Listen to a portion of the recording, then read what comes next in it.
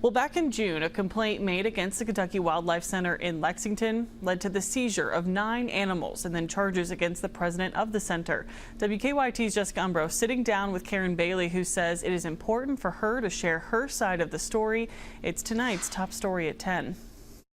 It kind of looks bad when you've spent your whole life dedicated to the well-being and welfare of wildlife, to come out and say that I have illegal possession. Karen Bailey says she found out a few weeks ago that she was missing a permit for some of the animals kept at the Kentucky Wildlife Center. Bailey believes regulatory changes in the last year are part of the problem. On Thursday, Kentucky Fish and Wildlife Resources seized 9 animals they say were being held illegally. Officials charged Bailey with 9 violations of holding protected wildlife without a permit. They showed up with a bunch of people. I mean, it was like a raid for a $25 permit for somebody that had it for 18 years.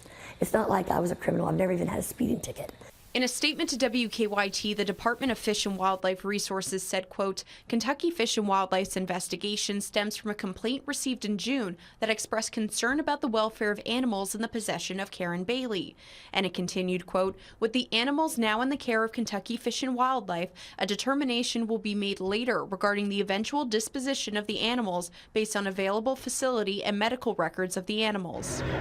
Bailey says she takes issue with the fact that the 3 otters and 6 raccoons were taken from familiar surroundings. We offered to give them full access to the facility, to let the animals stay till we figure it out.